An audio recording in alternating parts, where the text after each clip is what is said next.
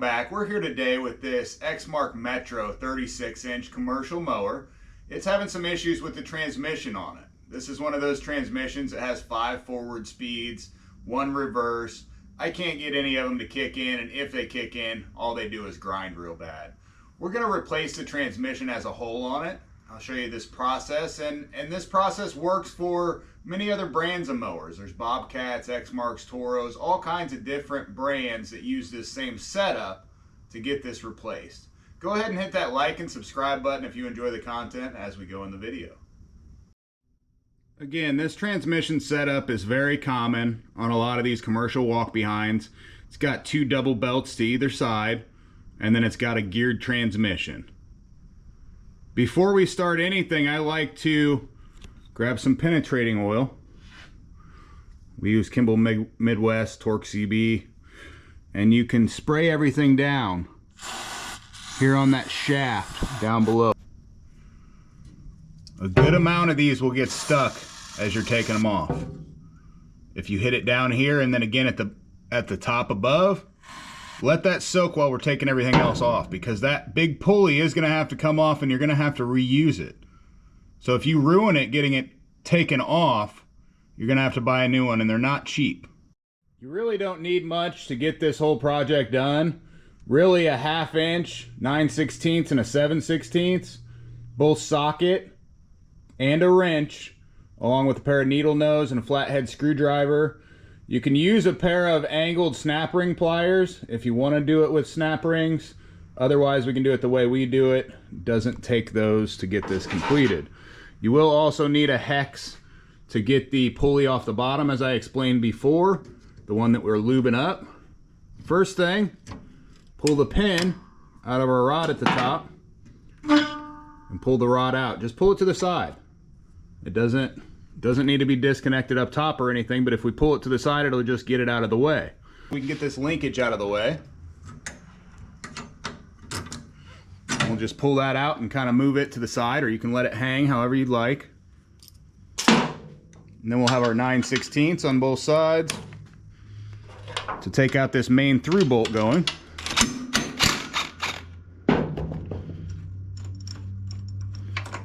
Take that all the way out. I like to just put it kind of back together, keep it the way it was. And then we'll take out this other one that holds it together.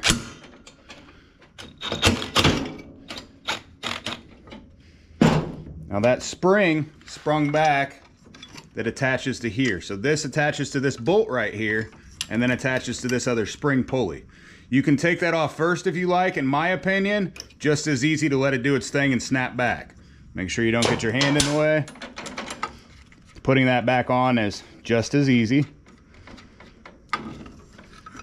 Got that off. The idler whole assembly is out of the way now. Very easy. You can take that pin out on the back side in order to get the whole assembly out of the way, but I just like to leave it hang here. There's no reason that you need to take it off any further.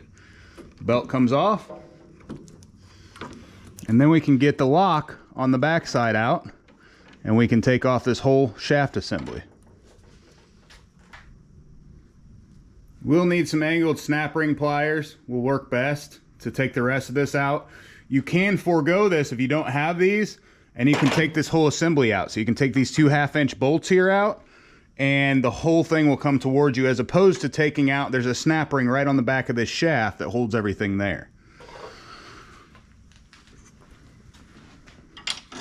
I'm gonna just go ahead and take these, they're actually 7/16 if you do it that way. I'm gonna take those out.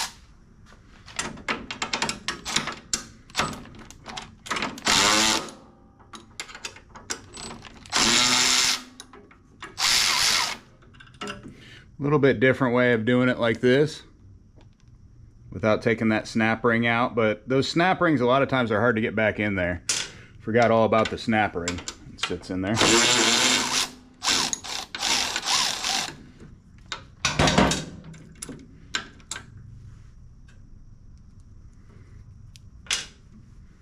Now this whole shaft assembly will come towards you.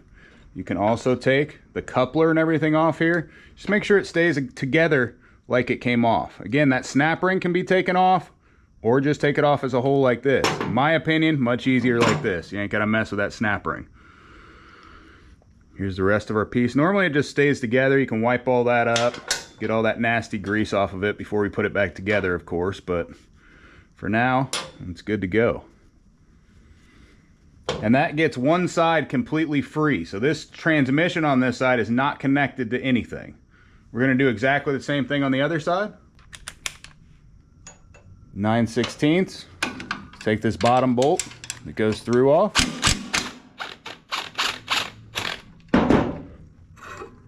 And again, be wary when you take that one or when you loosen this one. This whole assembly will snap back at some point. Just keep your fingers out of the way. I like to just put that all back together. You can see belt rub area. So as I loosen this, that whole plate, see how it snapped back? That'd be under tension. So you want to keep your fingers out of the way. And this just hooks on the back here, and then on the idler pulley here. Take that all the way off. And I'm just gonna move it out of the way. You can completely remove it if you want to. You can take this pin out at the back here, and that'll get it out of the way. We're not gonna do that. Just gonna kind of leave it hang. Just set it to the back. Now it's out of the way. Belt just comes off like such. Now that that's not impeding it, move it to the side, and then you got two 7/16 bolts that hold this whole assembly on. There is a snap ring at the back. You could take that off and leave the bearing assembly there, but it's easier if you just take the 7/16 bolt out.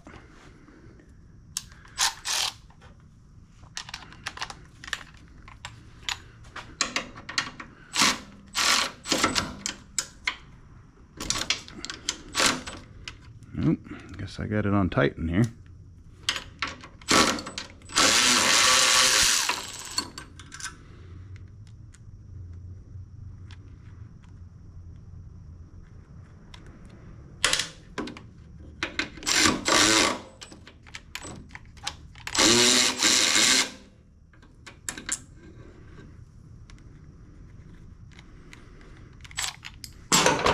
Now this whole assembly will come straight and forward towards you. The pulley, or I'm sorry, the shaft will come right out of that adapter, and the adapter will stay in that plate just like it is.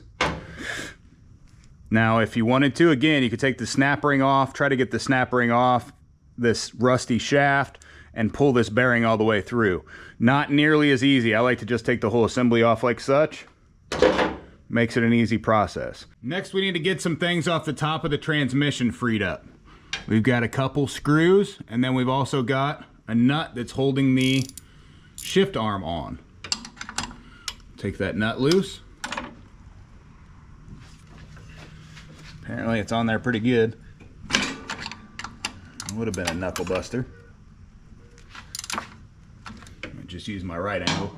It likes things like these.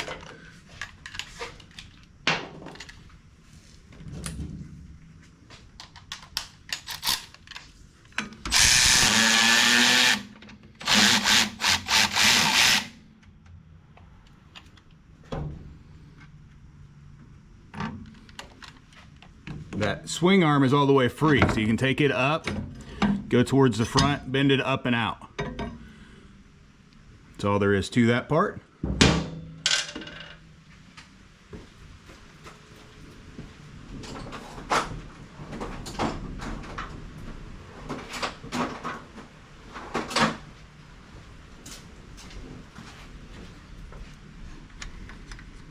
Screwdriver to take the neutral wires off. And these wires are just to tell the transmission that it is in neutral, that it's not in gear for starting.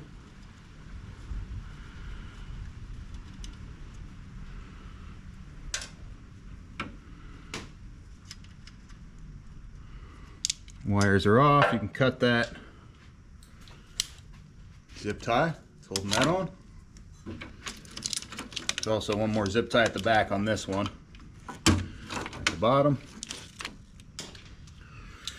Good to go. Then you have 4 bolts that hold on the top of the transmission. You've also got to take out the carriage bolt and nut that sits here against the front.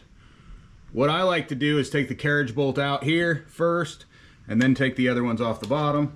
Seems a little bit easier to me. Gonna be a straight shot there.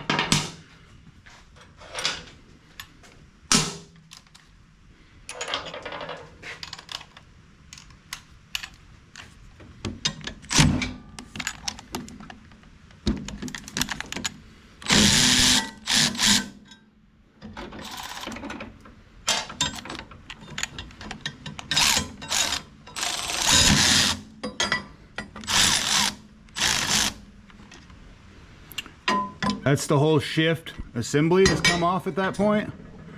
You can wait to take these off until you have the entire transmission out, or you can do it now. I guess in this case, I'm gonna go ahead and wait so we can do it down below and just put them exactly back how they are. It really doesn't matter though, again. Normally I just take them off. Guess I could do that too, just zip them off of there real quick.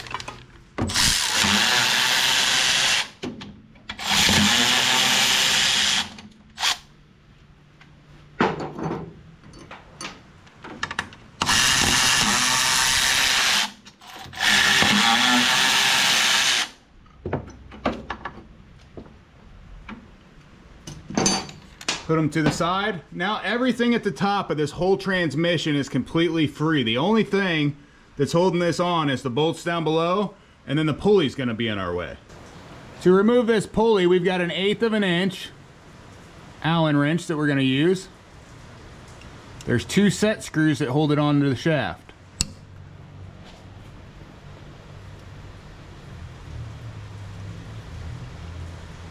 Getting some pretty good rain right now. It's a good thing. Rain in this business is always a good thing.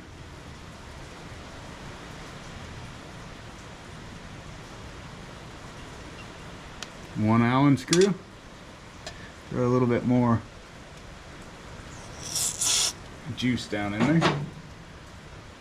And I'll get one on the other side.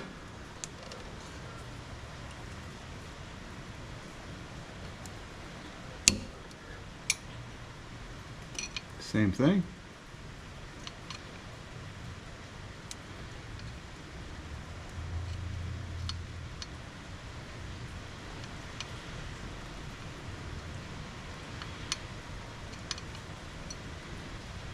And I'll throw just a little bit more penetrating oil down in there also.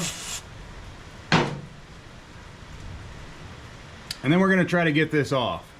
Now this drive belt is pretty bad shape. We're gonna replace it also since we're right here. But to remove the drive belt before we try to get the pulley off, we can take a 9/16 and remove. I'm not gonna actually remove the idler, but this idler pulley here, we can loosen it up. It's got a carriage bolt, and move that pulley out of the way. Now that belt will come completely down, and it will come off if you've got the other belt down below off also. We can pull it off very easily. Just roll it around that pulley. And then again, this one just comes straight off. So we got the belt completely free. It's got some pretty good dry rotting and cracks in it. I'm not gonna put that back on. And then the pulley also makes some pretty good noise. We'll replace it while we have it off.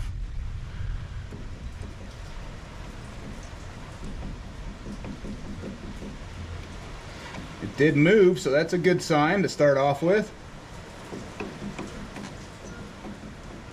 I'm just taking and moving it back and forth from the top. Many times once you get it to move, you can just spray a little bit more penetrating oil up on top and get on that shaft.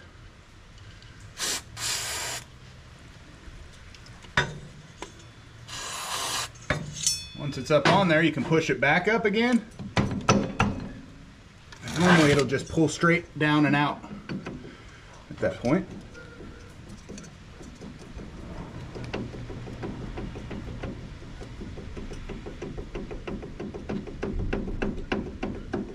Slowly but surely it is coming.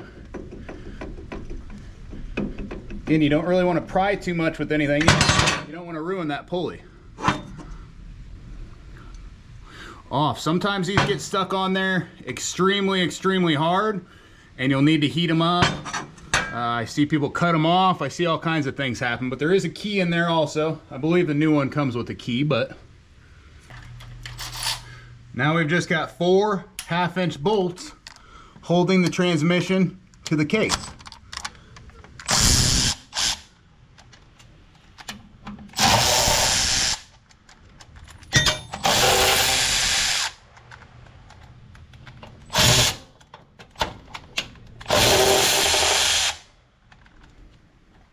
Now it can remove the whole transmission completely free. Put the new one back on. A couple noticeable differences. This one's an aftermarket. It's not an actual Peerless. It's got a different plug in here as opposed to what we need it to have. Everything else is basically the same. We'll use the 7/8 to break that open and take that switch out.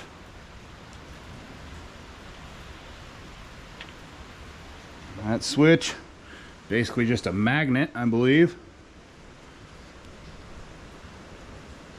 And clean all that out before we get that put back together. Looks like it's pretty well full. And then we can use a 5/16 hex here to take out this plug. If you look down inside, you will see that this is exactly the same as the other one. There's no differences. This one, of course, has metal shavings all over the place and everything else. Trying to clean this out. It doesn't really seem like there's a whole lot in here as I first thought there was. I think we're good as far as that goes. Thread this one down in.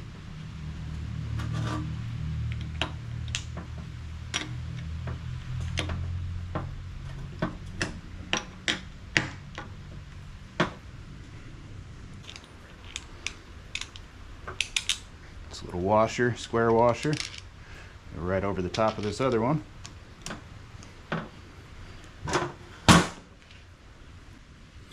Clean this up real quick. Throw the new one on in.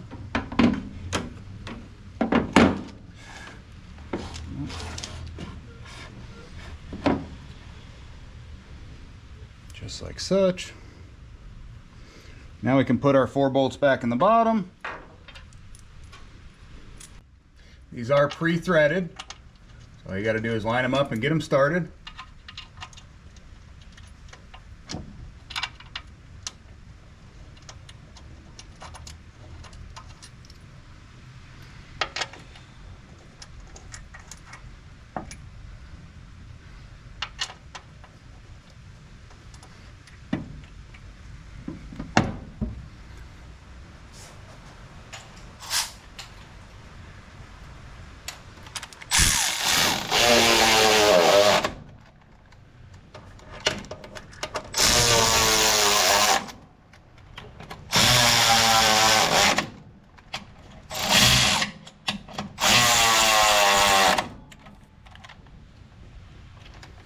Finish tightening them down.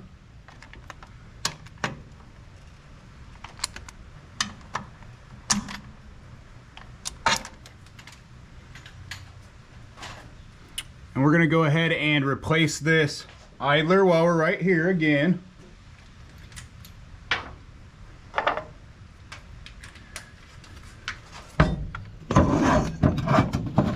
And if you just kind of pull down as you remove that nut, it'll come right towards you. Got 1, 2 washers up above that sit in between the idler and here. Again, that pulley's in pretty bad shape. And it looks like we got 1 washer that sat on the front.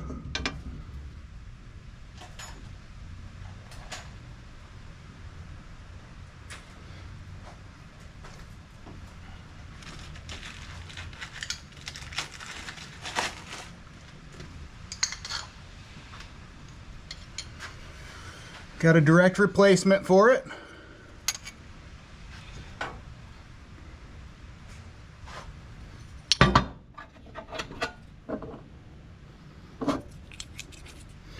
All that cleaned up a little bit up top. Never a bad thing to have a clean working space.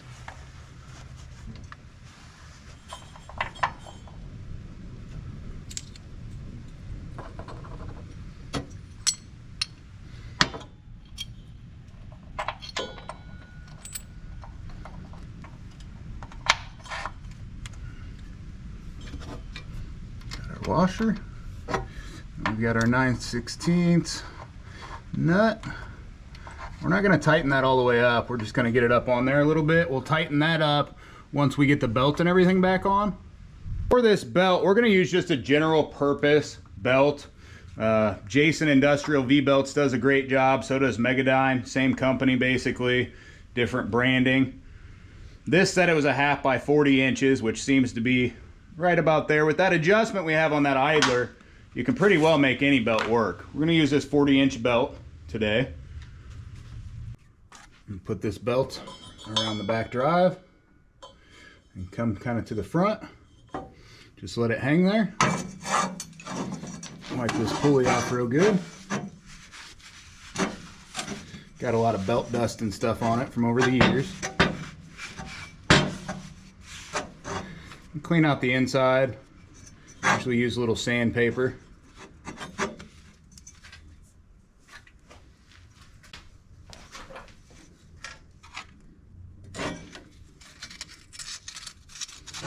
Just make it easier to come off next time once we get it on there. I'll also put some anti-seize on it.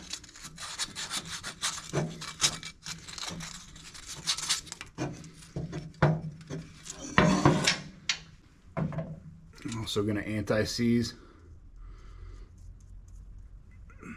the hexes that we're putting in here.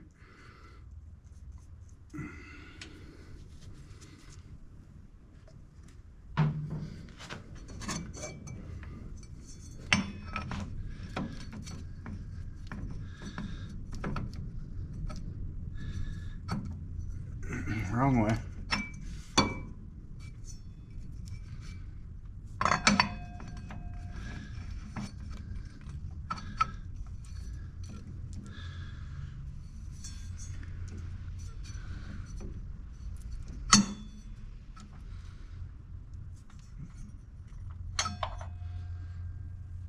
Right.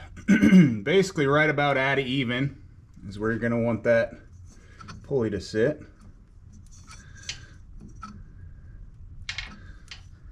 Almost seems a hair too high at even, right? About there.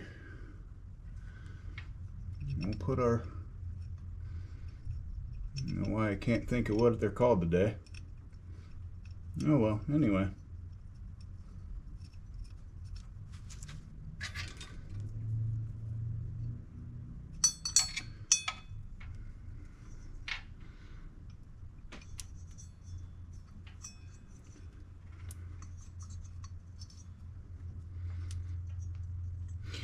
Lightly lock it on there. You want to make sure when you're looking that that back pulley is 100% level with this front pulley. If it's not, you'll run into issues over time. This one looks perfect right where it's at.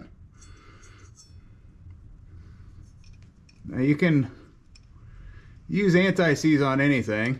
A lot of people use it on everything. Me, I normally only use it on things that lock up on you a lot of times, that are known problem spots. Otherwise, it's just kind of a mess, honestly.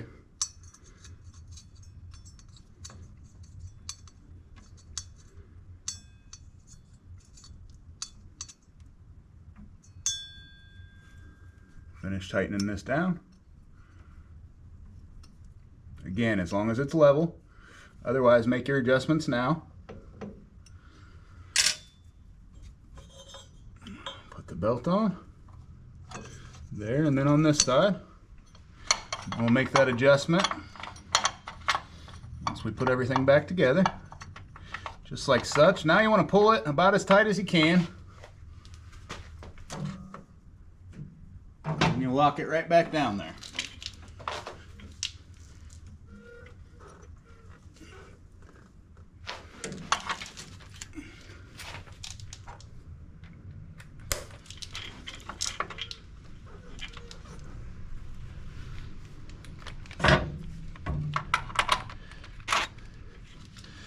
If you push it hard from the top,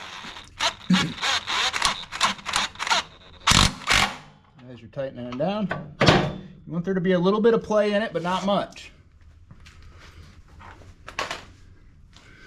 It's about perfect, and it's about perfect as far as height goes. I don't see any deviation whatsoever. We can put our bottom belt back on now also. Again, it should just slip up and over.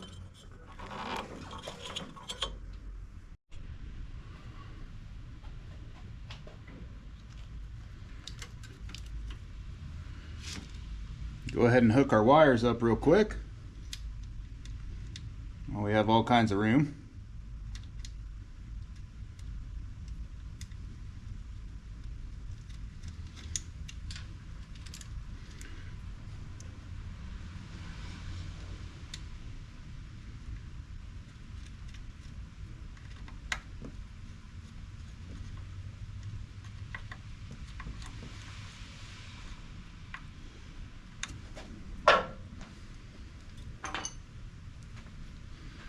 Put our top brackets back on.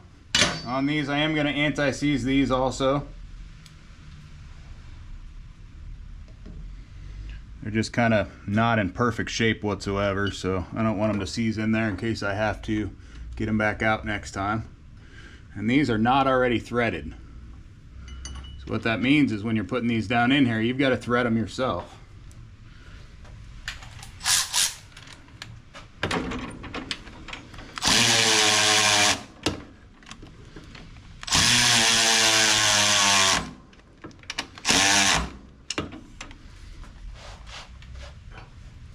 If you look at these bolts, they do have serrations on them, and that's what actually cuts those threads as you go. But again, anti-seize.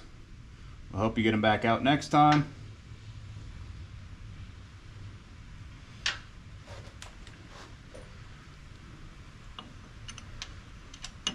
As long as you have it straight up and down as you're going, it'll cut those threads perfectly. If you get real crooked or anything like that, it's not going to be good for you. You're going to have to restart. Just make sure straight up and down.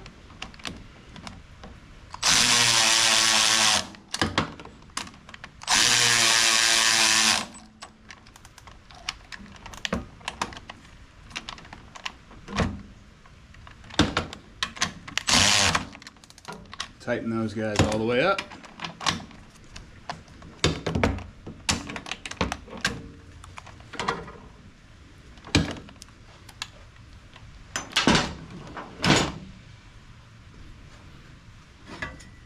Now we can put our front mount on.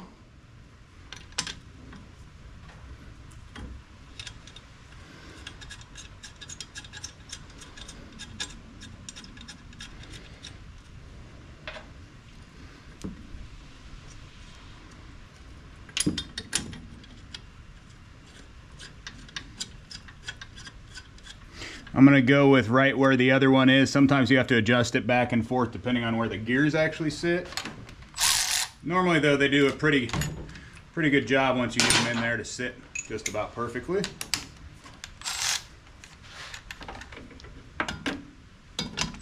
Tighten them up for now.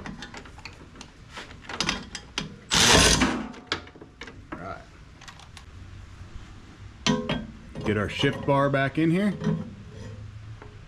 And down here where it should be, right in neutral. This washer goes on just like this. It is cupped that way. The cup part goes down and then the lock washer goes on, or the lock nut goes on top.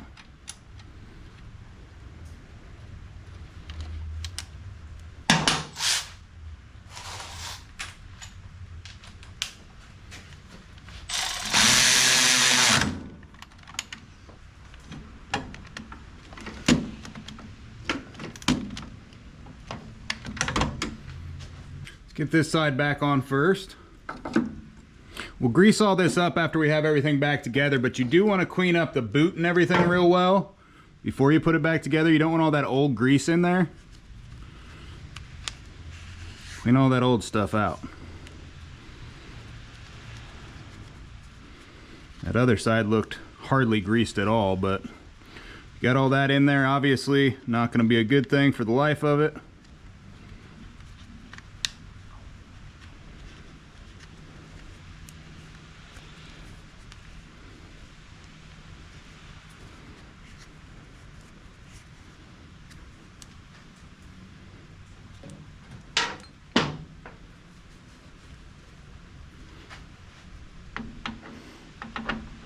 Goes right on the coupler. This one goes in. Line it up with the coupler. Then we got our 2 7/16 that go back on. One on either side.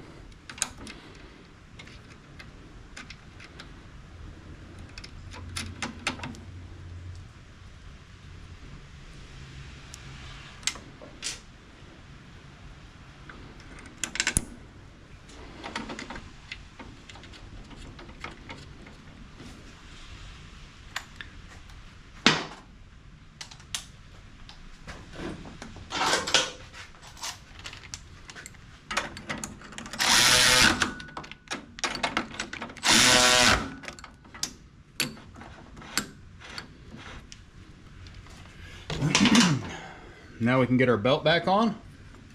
Line it up down below, line it up top. Wipe all this old grease off also.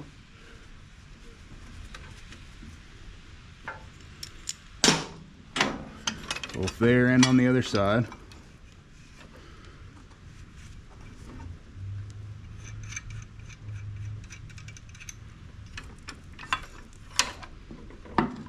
This guy up.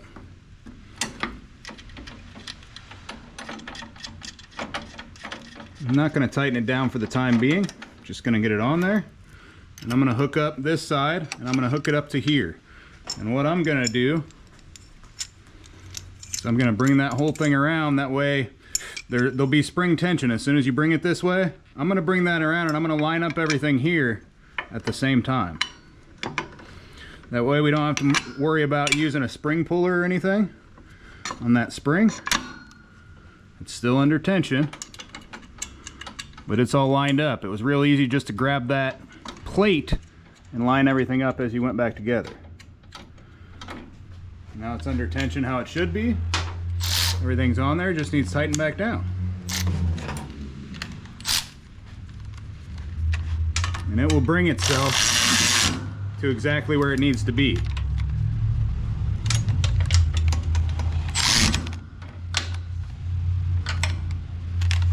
It's all set. Everything's good here. All we need to do is hook up our top rod.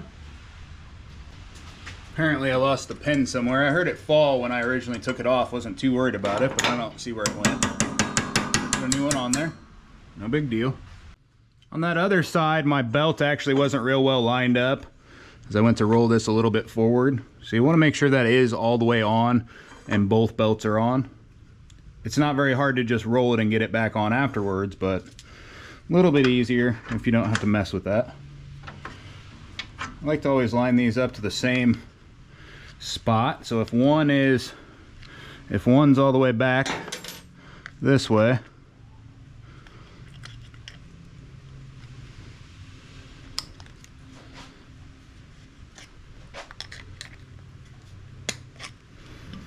so this one's to that side, line this one up the same way. That way we can grease them both at the same time. Makes it easier.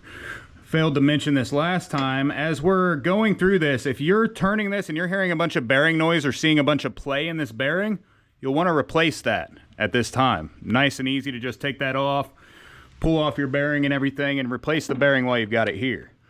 No reason to worry about that later if you can do it easily here. Got the 2 7/16 bolts just like the other side.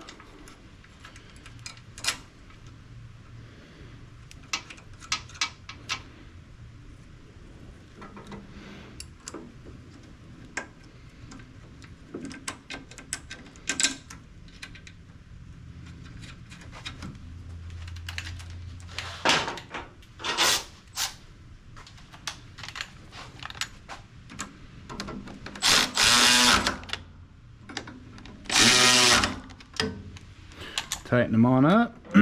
Everything there is good. Everything's locked together. Put our belt back on. Again, I kind of got it all wonky back here at the back side trying to do that. In both grooves, and it should be easy to slip on there if it's in both grooves on the wheel side. Good to go. Double checked. It is good. Same process with this one. If your idlers are real bad, if you've got a bunch of noise or anything coming from them, replace them at this time also. Goes the same for if you have a bunch of dirt or debris trapped on it. That one looks like it has a little bit here.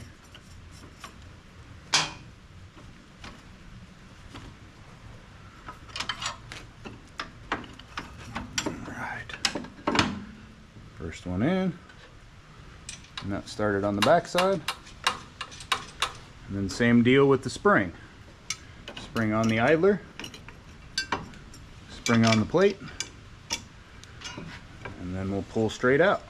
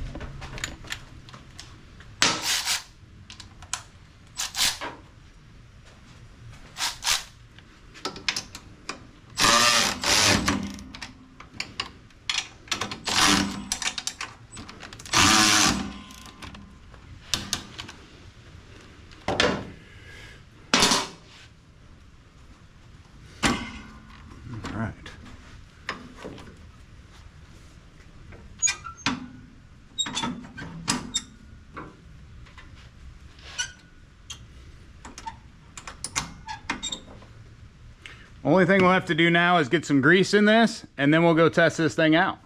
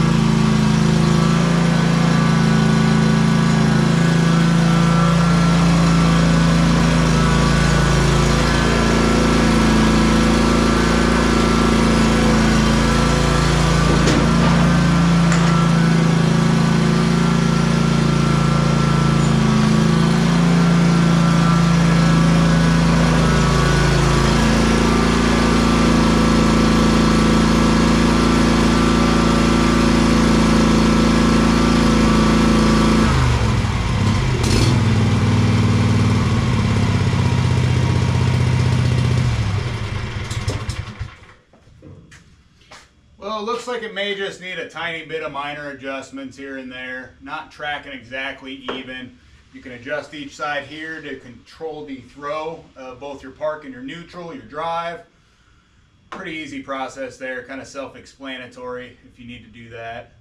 Hopefully this helps somebody get their transmission flipped out if you're having issues with it on your walk-behind commercial mower. Hopefully you enjoyed the content. Go ahead and like and subscribe if you did.